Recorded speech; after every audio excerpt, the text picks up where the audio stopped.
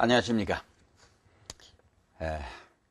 여러분들이 바쁘고 힘들고 어려운 시간을 내서 이렇게 난이도가 높은 어려운 신학을 공부를 하시고 특별히 우리 기독교 교회 사상사를 공부한다는 것을 제가 여러분에게 상당히 동정심을 갖습니다. 그러면서 또 감사를 드립니다. 그리고 제 마음속에서는 늘 자주 이야기입니다마는 얼굴을 뵙지 못했다 할지라도 마음속에 진심으로 반갑고 사랑스럽고 감사한 마음에서 이렇게 말씀을 드립니다. 그리고 때때로 제가 시간 난 대로 앞 시간에도 얘기 드렸습니다마는 제가 여러분에게 이렇게 구전으로 입으로 전달하는 방식으로 제가 여러분에게 다가갑니다. 그렇지만은 구전심수라고 늘 마음으로 가르친다는 그 마음의 정성을 담아가지고 여러분 앞에 늘 서서 이 강의에 임한다는 다시 자기 변명과 또 제 마음의 뜻을 여러분에게 말씀해 드립니다. 이 시간에는 11번째 강의로서 우리 스콜라주의 철학의 교회 사상에 대해서 공부를 해야 하겠습니다. 우리 기독교 신학을 연구하고 우리 교리사를 연구함에 있어서 이 스콜라주의 철학에 대해서 우리가 배제하고는 설명하기가 어려울 만큼 매우 우리 신학 연구에 중대한 위치를 차지하고 있다는 것을 알 수가 있습니다. 본래 이 스콜라주의라고 하는 말을 다른 우리말로 하게 되면 번뇌주의라고 이렇게 말을 합니다. 번뇌주의 철학, 번뇌 철학 이렇게 이야기를 합니다. 그러면 이것이 중세에 들면서 기독교 신학을 소위 철학적으로 한번 연구해 보려고 해서 사상의 그 일치성을 공통점을 찾아가지고 기독교 신학을 철학적 방법에 이해가지고 연구하려는 시도에 모든 것들을 철학이라고 해서 우리가 스콜라주의 철학이라고 그렇게 얘기를 하고 거기에서 얻어져 갖는 교회를 스콜라주의 이 교회 사상이라고 이렇게 얘기를 합니다. 그런데 우리 기독교는 본래 기독교의 이 교의가 이 도그마가 거의가 다 교부 시대에 이미 다 완성되었습니다. 그것들을 형성함에 주로 우리가 볼 때에 우리 신학이 헬라 철학을 기준으로 해가지고 기독교 신학의 교회가 형성이 됐다. 그래서 저는 우리 학생들과 더불어서 공부를 할 때 그렇게 말합니다. 이 만남이라는 말을 합니다. 즉 기독교 신학과의 만남입니다. 가장 협의적인 의미에서 이야기하면 내가 이 기독교 신학에 만났다. 그 말입니다. 우리 동양 문화가 이 기독교 신학을 만났다. 이 서양 문화가 기독교 신학을 만났다.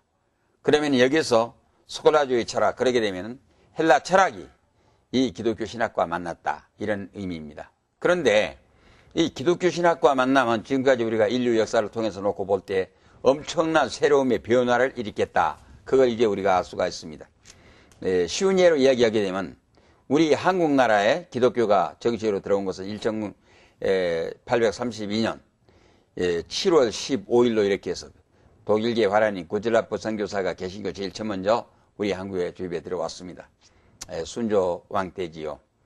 그래가지고 우리 한국에 부딪히려고 했는데 그때 우리 한국에서는 조정에서 순조 임금님이 성경을 거부했지요. 그 다음에 1866년 8월 달에 그 샬마노를 타고 대동강 깊숙이까지 올라왔던 우리 도마스 선교사, 우리 한국에 와가지고 처음에 목비에서 죽였던 순교자 있지 않습니까? 그 도마스 선교사를 보게 되면 약관 27살의 젊은 청년이었었습니다.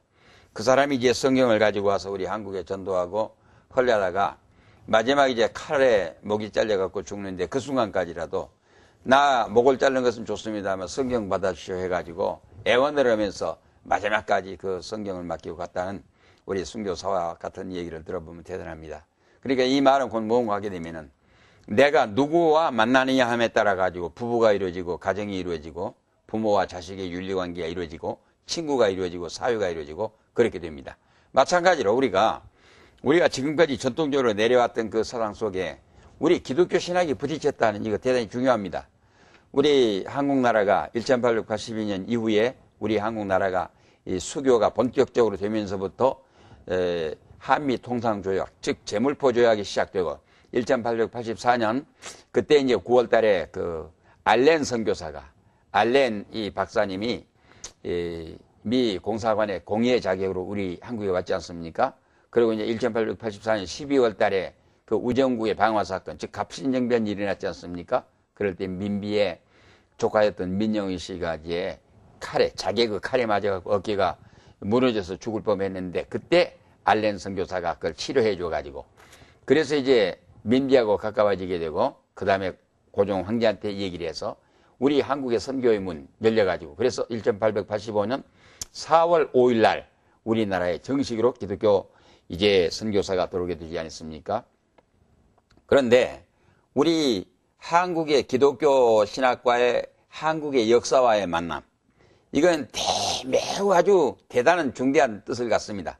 왜 그러는가 하게 되면은 우리 한국이 처음에 기독교가 들어올 때 1885년 그 당시에 문화적으로 미개하고 문자도 한문은 진서라 그러고 우리 한글은 언문이라 해가지고 이 글에 대한 차별, 그 다음에 남존여배 사상, 가부장제 사상, 봉건 전제주의 사상, 이 양반 쌍놈이 철두철미하고 제사 풍속 같은 것도 유교와 불교 사상이 짬뽕으로 어울려져 가지고 병이 들어서 죽게 되게 되면 마마 귀신 들렸다 해가지고 가서 산당에 가서 빌고 구슬하고 이 방국을 쳤지 않습니까? 그래가지고 어느 한 가지도 우리 이 한국 사회에 정말 기독교가 자리 잡을 수 있는 여건 갖춰지는 거 하나도 없습니다. 그럼에도 불구하고 기독교가 들어와서 선교사들이 목숨을 바쳐놓고 우리 한국을 개최해서 그러니까 우리 한국의 이 현대화에 이것은 우리 바로 기독교가 일궈놓은 문화라고 이렇게 보아야 합니다. 그러니까 우리가 늘 이 학문을 공부하면서 보았을 때 기독교 신학 또는 기독교 신앙, 기독교 진리와 만나면은 반드시 새로움의 변화가 일어났다. 즉 우리가 예수 그리스도를 통해서 죽을 영혼들이 구원을 받게 되고 새 사람으로 바꿔진 이와 같은 역사는 얼마든지 인류 역사를 통해서도 계속되었다 하는 것을 우리가 알 수가 있습니다. 그래서 이 본래의 기독교의 교인은 대부분이 교부시대에 이미 다 완성이 되었는데 그것들을 형성함에 있어서 주로 헬라 철학이 작용해 왔다. 이걸 이제 우리가 이야기 드리기 위해서 만남이라는 이야기를 제가 좀 강조해서 설명을 해드렸습니다. 그러나 이 철학과 종교, 이성과 신앙과의 관계는 아직도 명확하게 결정되지 못하고 있을 때에 이에 철학적인 규명과 종교 신앙과의 일치를 증명하려는 시도로서 시작되었던 교부시대에 조직된 이 교회를 바로 이걸 계승하고 이에 철학적 근거를 부여하려고 한 이것이 곧 스콜라주의 철학이고 이 목적으로 일한 사람들을 우리가 스콜라주의 철학자라 이렇게 얘기를 합니다. 그러니까 한마디로 우리 지금까지 교부시대로부터 내려왔던 이 전통적인 교회의 사상을 철학적인 이해와 철학적인 해석의 방법을 가지고 접목을 시켜서 우리 기독교를 좀 사상, 철학적 학문의 사상으로 이걸 접목을 시켜가지고 한번 새롭게 발전시켜보자 이러한 시도를 했던 것이 스콜라주의 시대의 특징이라고 이렇게 우리가 볼 수가 있습니다. 그럼 우리가 먼저 하나하나를 이제 세 번에서 우리가 분석해 가면서 생각을 하게 되면 이에 대한 도움이 좀 더 잘 되리라고 생각합니다. 그래 첫째 말씀드리려고 하는 것은 스콜라주의의 실론입니다. 이 스콜라 철학에서는 본소의 이 철학에서는 하나님에 대한 신론을 어떻게 생각했는가 하는 문제입니다. 초대교회 시절의 신론은 주로 삼위일체 교의, 즉 트리니티, 이 도그마, 이 삼위일체 교리에 집중되었었습니다. 삼위일체 교리는 우리 기독교 신비주의한 교회 중에서 가장 대표적인 신비적인 교회입니다. 즉 다시 말씀드리면 하나님께는 본래 유일신 한 분 하나님이신데 그 한 분 하나님 안에 인격, 이 성품과 지혜와 옳음과 성품이 같은 세 위격의 세 인격을 가진 하나님이 계신다는, 그래서 성부와 성자와 성령 이렇게 해서 삼위일체신에 대한 이야기입니다. 이것이 소위 초대교회 시절의 신론의 주류를 이루면서 삼위일체론에 대한 문제가 주로 이제 연구 대상이 됐습니다. 바로 이 말은 이제 교부 터틀리안에 의해서 제일 첫 먼저 시도되었던 것이 발설했던 말이 삼위라는 말이 나오게 되었습니다. 그러면 터틀리안은 사도 요한의 제자가 폴리카비고 폴리카비의 제자가 이레네스고 이레네스 영향 아래 배운 사람이 터틀리안입니다. 그러면 그 터틀리안 교부에 의해 가지고 삼위.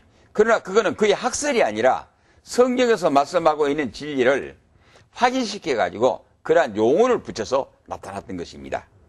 그런데 중세시대의 신론은 주로 하나님의 본질의 문제, 하나님의 본질이 어떤 것이다. 그 다음에 하나님의 속성이 어떤 것이다. 이렇게 하나님의 본질과 하나님의 속성에 대한 발전입니다.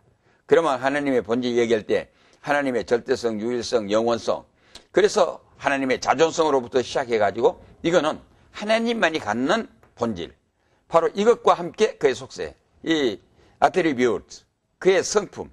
그러면 하나님의 성품을 이야기할 때도 그의 본질과 함께 하나님만이 갖는 절대적인 속성이 있습니다.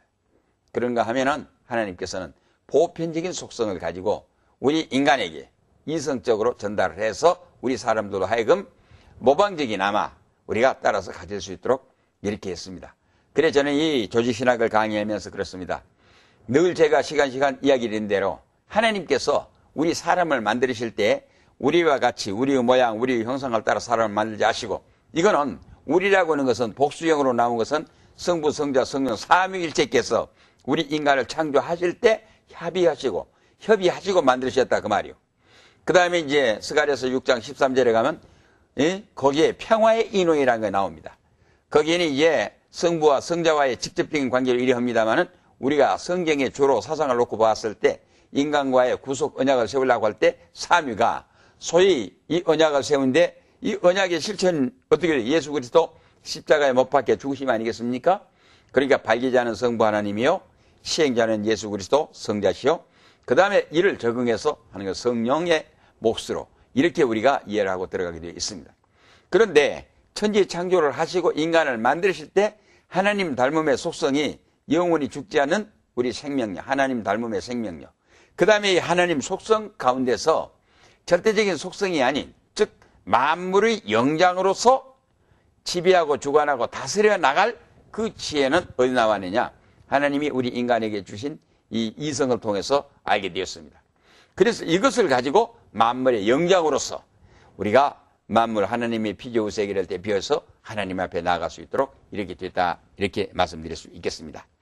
그래서 중세시대는 처음 초대교회 시절에는 삼위일체론에 대한 문제였는데 중세시대에 들면서는 하나님의 본질에 대한 문제가 우리 신학적 연구의 과제와 대상으로 되어 있었다 하는 이 말입니다. 그 다음에 스콜라 신학 중에 안셀무와 같은 사람은 뭐라고 하는 거는 하나님의 본질을 생각하는 영이라고 이렇게 말했습니다. 그 다음에 토마스 아퀴나스 같은 사람은 이거 로마 캐톨릭 교회 대표적인 신학자인 사람입니다. 근데 그 사람은 하나님을 초월적인 존재 또는 원동자 이렇게 얘기를 했습니다. 그리고 또 하나님의 속성에 대해서는 그것은 뜻하시며 생각하는 것, 바로 이것이라고 그렇게 말하고, 그리고 하나님의 뜻은 항상 선하심으로 선에 의해서만 움직이시고 그 목표는 바로 하나님 자신이다, 이렇게 얘기를 했습니다. 그럼 우리가 이 신론을 논하려고 할 때에 사실 그 어려운 문제입니다. 그리고 우리가 신학적으로 어떤 규명을 내려지고 나면 그러면 그것이 일단 우리가 그대로 수긍하고 받아들일 수가 있습니다. 그러나 우리가 많이 성경을 연구를 하고 깊이 파헤쳐 들어가게 되면 그 용어에 점 하나 어떻게 찍냐 하는 데 따라서 뜻이 많이 갈려지게 된 것을 우리가 볼 수 있습니다. 그래서 우리가 이 스콜라주의 시대의 하나님에 대해서는 그 본질에 대한 것보다도 하나님 자신에 대한 이 해석상의 문제가 어떤 실제라든가 생각하는 영이라든가 초월적인 존재라든가 원동자라든가 이렇게 이야기한, 또는 생각하는 영이라든가 이런 것들을 가지고는 표현의 방식이 좀 모자라지 않는가, 바로 이 말입니다. 우리는 이렇게 믿습니다. 삼위일체 창조주 하나님으로, 그래서 유일신 하나님을 믿습니다. 그렇기 때문에 여기는 존재의 논리에서 어떤 상대적인 존재를 불허한 이원론 같은 것 우리가 수용할 수가 없다는 이 말입니다. 그 하나님은 한 분 하나님 안에 유격이 세 분이 계셔가지고, 즉 이 창조로부터 시작해서 구약 시절에는 성부 하나님 안에서 성자와 성령이, 예수님 시대인 신약 시절에는 성자 하나님 안에서 성부와 성령이, 지금은 은혜 시대, 교회 시대니까 이 시대는 성령 하나님 안에서 성부와 성자 하나님이 함께 동사사역하시는, 소위 창조하시고 섭리하시고 주관 통치하시는 영원한 이 하나님의 이 삼위일체 교리 그대로를 가지고 우리가 이야기하기 때문에 어떤 철학적인 논리에 의해 가지고 초월적인 존재다, 궁극적인 존재 실제자다, 또 이제 생각하는 것이다, 이런 정도로 가지고는 부족함이 있지 않는가.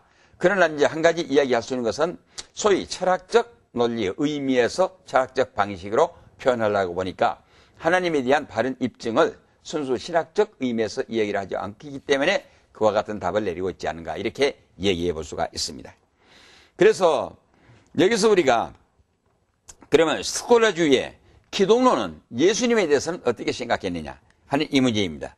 스콜라주의자들의 기독론에는 초기에서 숭세에 이르기까지는 별다른 변화가 없이 보통 우리가 이야기한 대로 이제 제2위 하나님으로서 참 사람이요 참 하나님으로서 우리 인간 속죄 구원을 위해서 오신 우리의 구주시다. 여기에 대해서 별다른 이유가 없었습니다. 그런데 시간이 흐름에 따라서 그리스도를 본받자는 사상이 희석되어 가고 이제 점차적으로 그리스도의 성육신에 대한 중요한 이해는 인성이 영원부터 선지하셨던 신성의 위격 속에서 존재하기 시작하는 것이라 해가지고 예수님의 그 그리스도론에 대해서 예수님의 제2위 하나님론에서 사람이고 하나님이 거기에 대해서 점점 시비가 일어나게 되고 그것이 이제 발전해서 오늘의 일이라서는 오히려 예수님을 하나님의 아들이라든가 제2위 하나님이라든가 예수님의 신성을 가진 그것보다는 오히려 모범적인 사람이라는 역사적인 인물로 이렇게 해석하는 결론에까지 이르게 되는데 이것이 스콜라주의 이 시대에 붙어서 싹 다 오기 시작되지 않는가, 이렇게 저는 생각을 해집니다. 그리스도의 성육신에 대한 중요한 이해는 인성이 영원부터 선지하셨던 신성의 유격 속에서 존재하기 시작하는 것이다, 이렇게 얘기를 했습니다.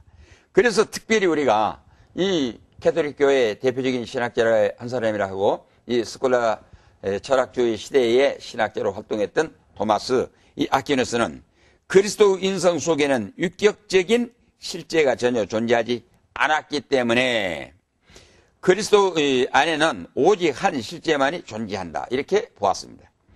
그 이유는 인성은 독립적인 인격이 아니었다는 것입니다. 그리스도의 인성은 로고스가 연합하여 이중적 은혜를 받았다는 의미로 해석했습니다. 이것이 좀 어려운 말인데 그 다음을 이제 우리가 계속해서 들어가게 되면 좀 이해에 도움이 되리라고 생각합니다. 하나는 연합적 은혜, 유니온 그레이스라고 이렇게 얘기를 합니다. 즉 인성과 신성의 연합에서 온 결과를 가지고 얘기를 하고, 그 다음은 지속적인 은혜, continuous grace, 바로 이거는 인간인 예수 그리스도에게 주어진 성화의 은혜라고 이렇게 얘기를 하고 있습니다. 그러면 무엇인가 우리에게 직답, 소위 우리가 이해하고 있는 이 기독론에 대해서 피해놓고 보았을 때 상당히 어떤 새로운 의문점을 남기는 이러한 말로 얘기를 한 것을 우리가 알 수가 있습니다. 그래, 인성은 전능은 아니고 인격적 성정을 가질 뿐이라. 인적인 의지는 항상 신적인 의지에 종속되는 것이다. 그 원리는 맞습니다. 그러나 우리가 한 가지 알아야 합니다. 예수님이 사람이 되었다고 하는 거기에서 우리가 완전히 인성 그대로를 보편적인 의미에서 일반 사람의 인성과는 이제 같이 해석할 수가 없습니다. 왜 그러나 예수님이 참 사람이기 때문에 우리와 본질적으로 같은 사람이 여기는 틀림없습니다. 그러나 한 가지 근본적인 차이점이 있습니다. 그 차이점이 무엇이냐? 나에게는 죄가 있는데 예수님은 인성을 가지셨을 죄가 없습니다.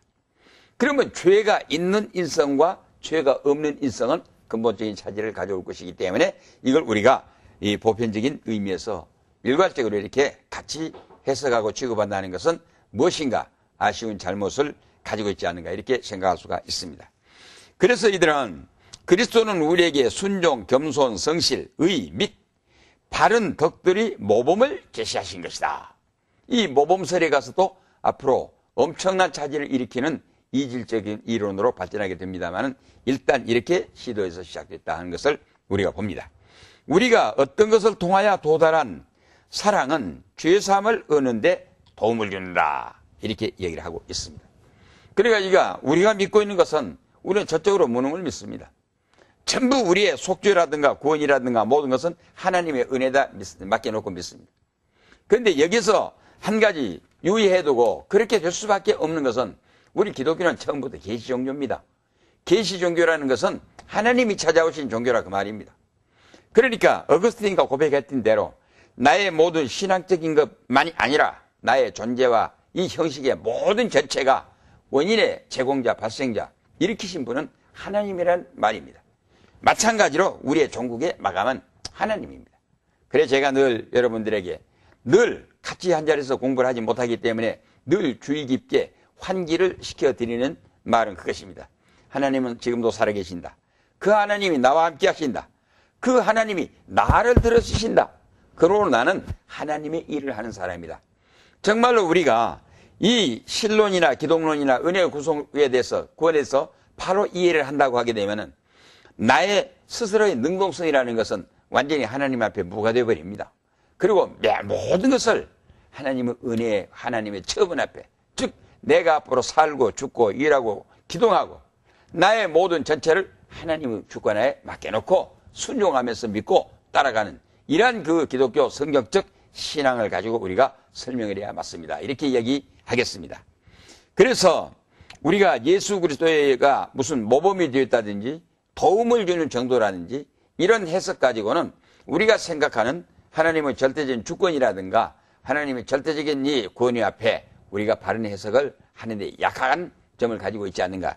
이것이 스콜라주의 철학의 이 대표적인 사상이었고 토마스 아퀴나스가 주장했던 이 기독론에 대한 좀 차질의 약점이라 이렇게 이해하면 되지 않을까 이렇게 생각이 됩니다.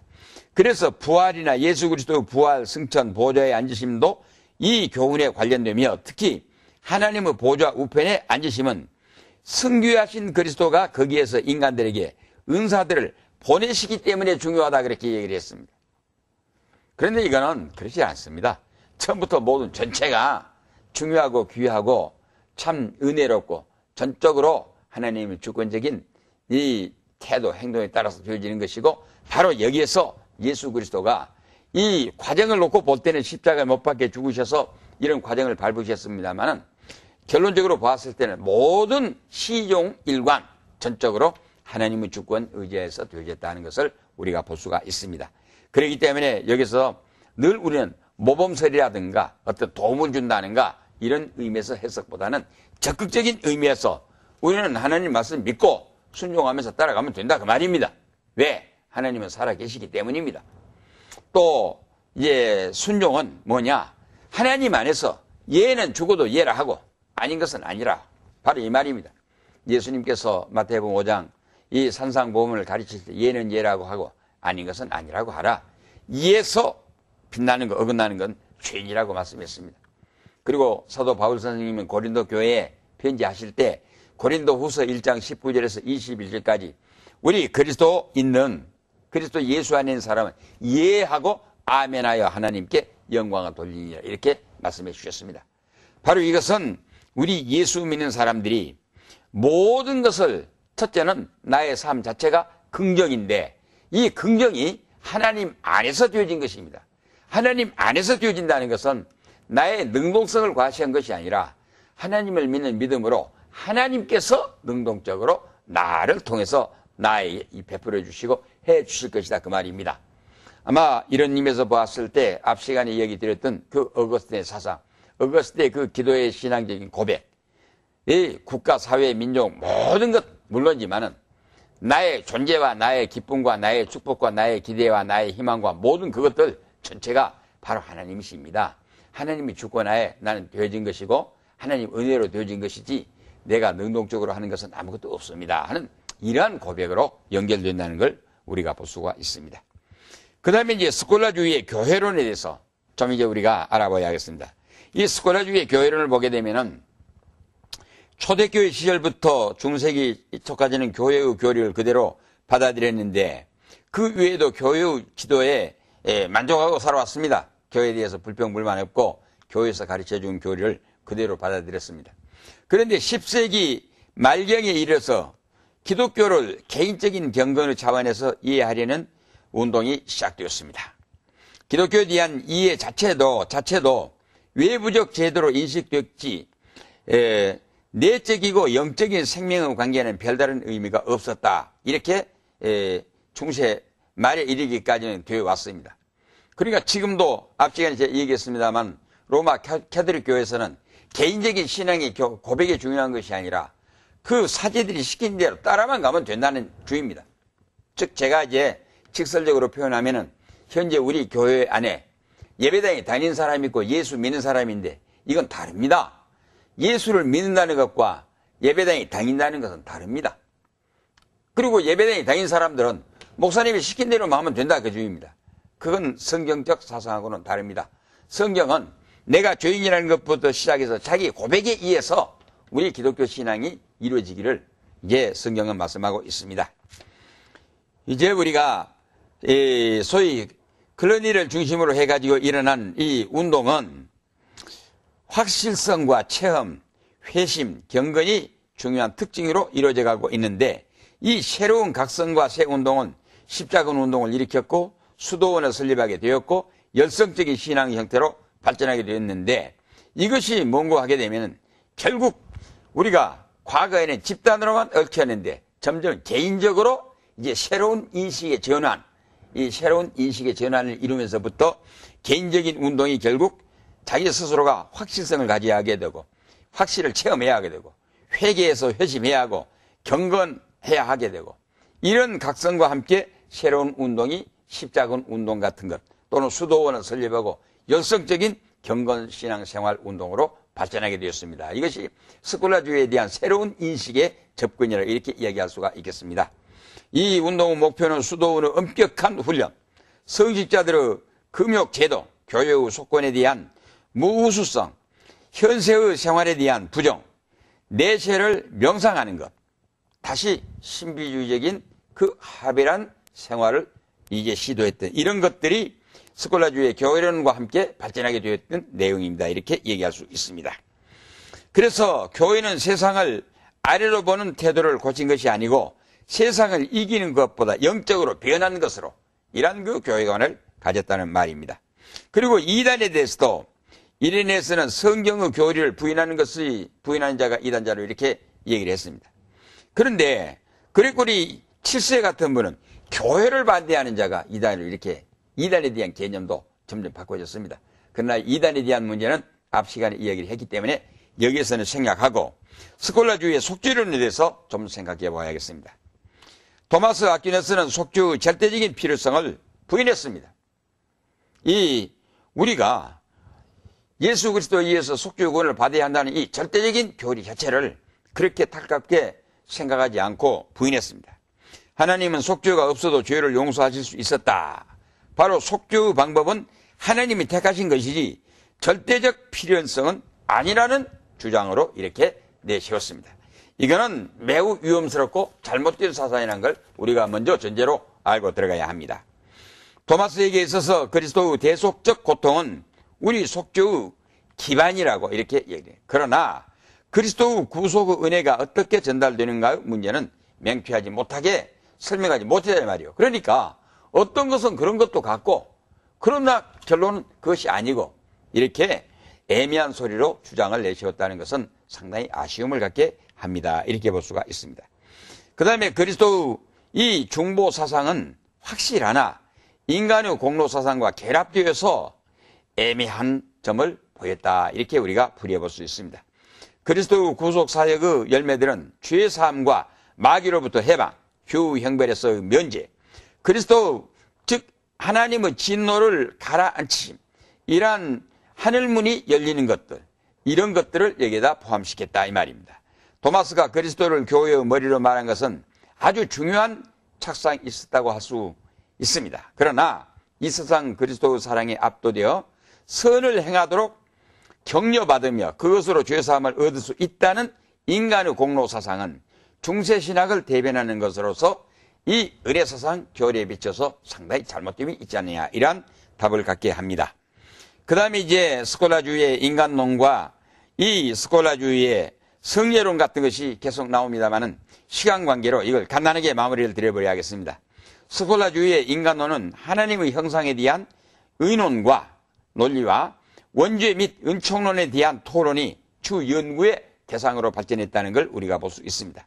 그런데 이것이 개혁자들의 하나님의 형상과 모양대로 지었다는 개념과는 달리 로마교의 핵심은 스콜라주의 사상을 기반으로 발전하게 되었다는 여기에서 개신교와 이 로마 캐톨릭 교회와의 차이점을 일으켰다. 그거는 이 스콜라주의의 대표적인 신학자의 한 사람 이 토마스 아퀴나스의 사상이었다는 이 점에서 우리 개신교와의 신학적 사상을 달리하고 있다는 걸 우리가 이해할 수 있습니다 하는 여기에서 이 시간은 그쳐드려야겠습니다. 감사합니다.